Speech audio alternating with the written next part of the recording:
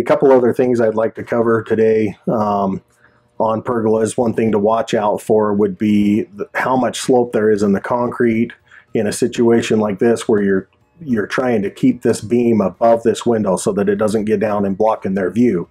A standard pergola kit, the posts are 10 feet tall, and that goes all the way to the top of the support beam. So the tallest we can make it is from concrete to the bottom of the support beam would be 9 feet.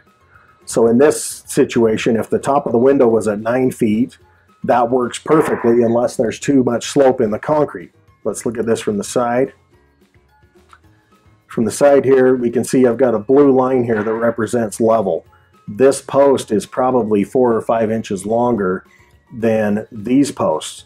So if you might have to order longer posts for this side of the pergola in order to accommodate that. If you didn't, what would happen is you'd have 9 feet to the bottom of the support beam on this side, and you'd actually end up trimming 4 or 5 inches off of the post on this side, which would bring that support beam down into the window.